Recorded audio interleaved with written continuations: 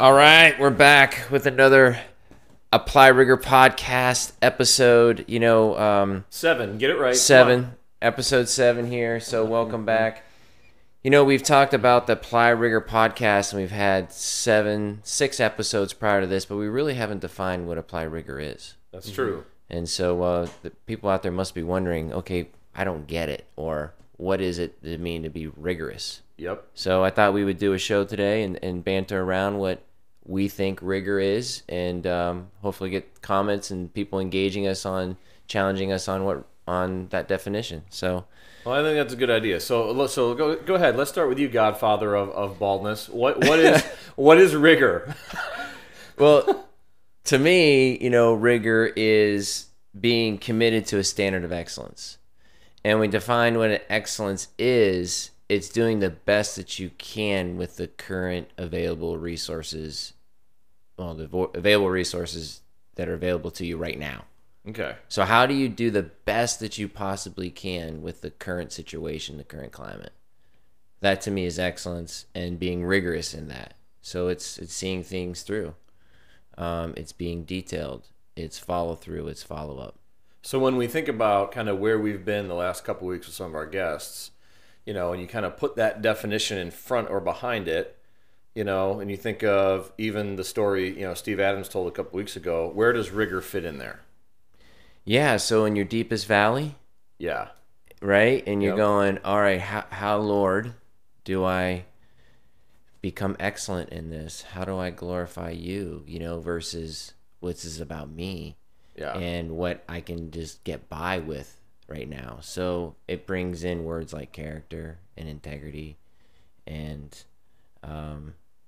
understanding the bigger picture. As an ad agency, as the owner of this ad agency, I'd say all the time when reps come in, because they call on us all the time, and they usually start off with a conversation like, can I talk to the owner?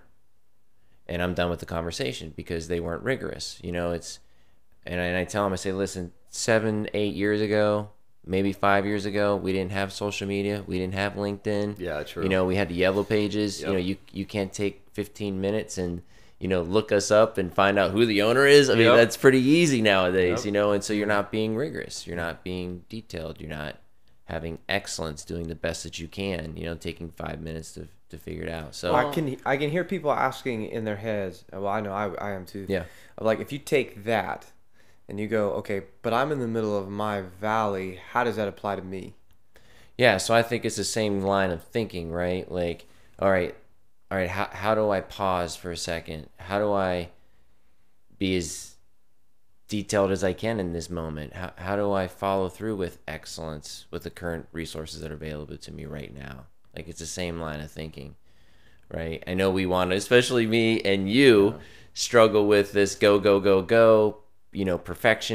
Mm-hmm. There's a mix in there. We got to go detailed. You and I work on that every day with our relationship, right? Yeah.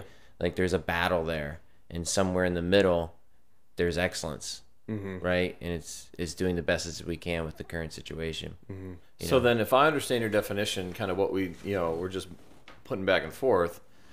When you have this idea that we got thrown at us a couple weeks ago of, what behaviors got me into my valley and what behaviors will take me out, my guess is then that's not just a good question. That's an actual rigorous idea. That's a rigorous process to get detail-oriented internally instead of blaming and going, this is how we got here, and now I'm going to have to get rigorous about how we get out. Yeah, so just instead of just sitting there going, this is all about me, you go, okay, if I think about being rigorous right now, I think about the awareness I'm having with my emotions. Yeah. Right? I am in a valley. I am dealing with anger. I am dealing with fear. I am dealing with doubt and anxiety. Okay? I'm not just going to stop there. All right? I'm aware. Anxiety and stress is so big in our climate today. Everybody has it. And if you go a little deeper beyond just stress, there's this thing called anxiety, and when you're super anxious, it's all these concerns that are in your head that you can't bring to a completion. So what happens is there is no completion, and you just, you get stressed. And so being rigorous in that is telling the anxiety that, or understanding that the anxiety is anxiety and it's not your future. Right? And so you can take those thoughts and you can bring them to a completion, or you can just say, you know what, this is anxiety. This is being anxious and not my future. Yeah, that's being detailed. That's going the extra mile. That's having a spirit of excellence going, all right, I am not in this this is not just about me and my selfish desires, right? It's about having empathy would be the next level of that, the awareness and empathy. I think there's also there's space for like some level of kindness too towards yourself, because by having awareness of anxiety, we go, okay, I think rigor would also acknowledge this. Rigor is placing value on something. Yeah. Because if I don't value, like the sales guys who come in here that you mentioned, they don't truly value you as the owner and what you need. If they did, they would live out their rigor, right? They would believe that. But because they don't place enough value on that, they don't go deeper. So if we take that idea of rigor and we look at like those who are in the valley, they're going to struggle with anxiety. They're going to struggle with fear, some depression. That's usually a chief of mine. I'm going, okay, well, I am worth pausing, like you said, pausing and going, why do I feel this way? Okay, I have these feelings, these emotions in the valley. Why do I feel this way? I don't want to get out of bed today. I don't want to pick up the phone. I don't want to feel rejection again. But wait, I don't have to stay here. I don't have to stay in the valley. The future's coming. There is a vision. So God created me in His image. I have value. I am the head, not the tail. I value. Yeah. Because of that, I will get up, because I know not everybody is going to be able to get up and just go day to day to day to day to day. Some are going to get up and go, yeah, well, wait a second. I feel anxious. When I feel anxious, I just want to stay in bed. I just want to run. I just want to escape. I know. I told Dave I was going to get a big box of Kleenex boxes to put around you today, so that every time you could, definitely have enough around you, you'd be okay. Exactly, because I care. You can tell, can't you? I almost slapped you. Yeah, probably not. So talk to me then. As you talk about some of those negative aspects, as you think about rigor, what are some words or ideas that you see rigor manifested in? Like an example I would say would be due diligence. Right? As you're doing due diligence, if you would go back to your example again of somebody coming in here to call on you, part of the due diligence is figure out who you're going to talk to, so when you call, you sound like you know what the heck you're doing. Yes. Right? And you feel value that someone took the time to figure that out. Yes. And so what are some other ideas when we think about rigor that are, words or actions that embody that? Well, I want to answer that question, but first thing I want to say is, the other night I was watching Bar Rescue. You ever seen that show? Yep. Yeah. Oh yeah. And so the guy, it was, up in his face, and he was just yelling and screaming. He says, "I care about my bar." And every episode, there's a common theme.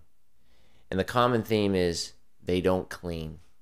The place is a mess. It's dirty. And the guy says, "I love this bar." And he says, "You love this bar? How could you love this bar? You never clean." Right? That being unwavering to the commitment and dedication and going the next, that there's no value, right? They don't care about themselves, so that rigor is an easy solution. Look, you care, you can do things that are in your control. Everybody can clean. You don't need to be talented to clean. You got to have a thought process of value in what you care about, right? And so I just thought it was interesting. That's funny. So when I think about answering your question of some words, I think about commitment, right? I'm committed to this. And so if we look at the definition of commitment, it's an unwavering dedication to a cause, vision, or activity. I'm committed. Yeah. I'm committed to this. I'm not going in 6 different directions. We talked about this last week about being committed and sacrificing, right? There's a different level of sacrifice versus commitment. And so that's a word that comes to mind, commitment. So commitment, due diligence, detail-oriented, things like that are what embody rigor. Now, one word that comes to my mind that I don't think it is, but I think it's a cousin to, and it's been pretty hot the last couple of years. We've seen TED Talks about it. There's books written about it. Is the word grit. Yeah. How do those two fit together? Angela Duckworth. That's right. Grit. She is the foremost researcher right now on that topic. We need to put this out on as a link to her book. I read her book, and she says that it's not passion, it's not talent, it's not commitment. If you look at what was successful across all successful entrepreneurs, and they did this huge study on it, she said it was grit. And so that's that tenacity to never lose, right? I don't have the actual definition. Yeah, I think it's something along the lines of like passionate perseverance over time, for goals and objectives and something to that effect. And so, to me, when I think of grit and then I hear the word rigor, my mind wants to put them in the same bucket, like they're synonyms, but I don't think they're quite the same. How do you kind of draw a distinction between the two? Between grit and rigor. So grit to me is an internal, like you got to have it. Mm-hmm. Can you learn it? She proves in the book that you can learn to be gritty. I don't know. I mean, it's probably a good question to say, okay, somebody is born gritty. Mm-hmm. I feel like when you're talking about being rigorous, it's 100% learned. Like, you can learn to do that. You can be mentored into being rigorous, That's my definition of it. Yeah. Well, I mean, and it's an interesting thought because, in a lot of her research, and I mean, she wrote an article, I think it was almost 2 years ago now, on Steph Curry being the grittiest player in the NBA. And so many times people associate grit with talent, and she proves the fact that grit has nothing to do with talent. Yeah. Not at all. And whether, whatever sport you're in, you think about hockey, that's typically a pretty common synonym you attach to hockey players. They're gritty. They go in the corner, they work the boards, they get out what they need to get out. And even in whatever sport you look at, your grittiest players are the ones that do the dirty work. Mm-hmm. But do they also have rigor in that? And the answer should be yes, because they're detailed in how they do it. Mm-hmm. And so I think the two ideals work together. I don't know that you ever see one without the other a lot.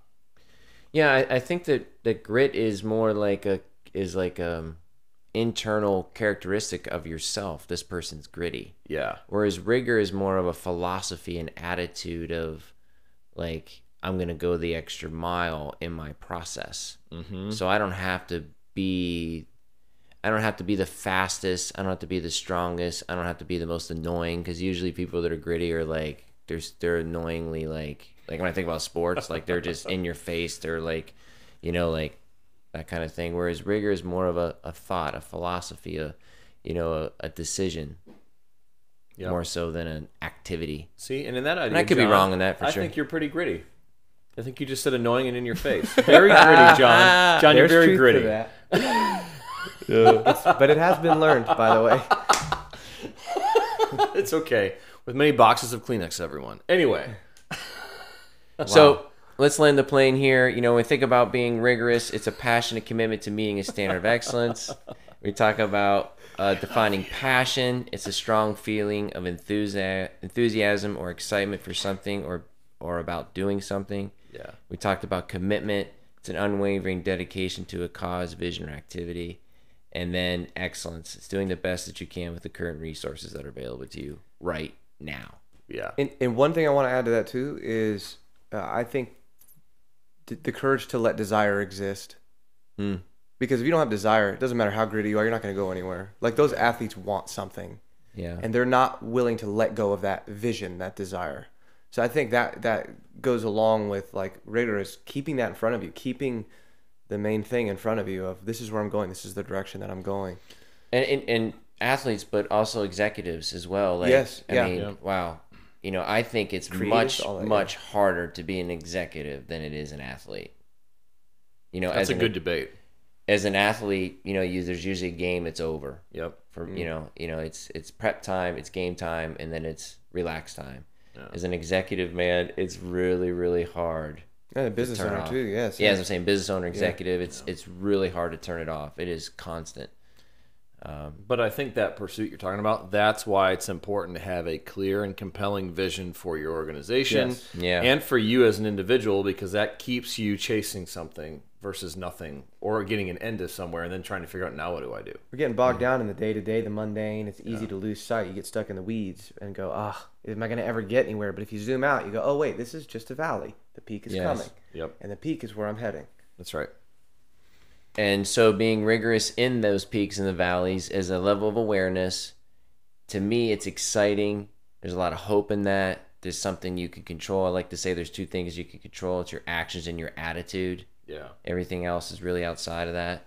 And so when you think about in the peaks and the valleys, how can I be rigorous? There's a tremendous amount of hope. Yeah. So hopefully then, when we look at you and we sign off on a weekly basis and we tell you and we encourage you, apply rigor, that's what that means. That's what that means. Get down and dirty, do your due diligence, be detailed. I love what John just said. Take a step back and look at the whole and understand what's happening in peaks and valleys, and go get after it, man. Awesome. Sweet. Yeah. So that's what was this, episode number 7? Yep, exactly. Rigor defined. Rigor defined. Rigor defined. All right. We'll see you next week. Now go apply rigor.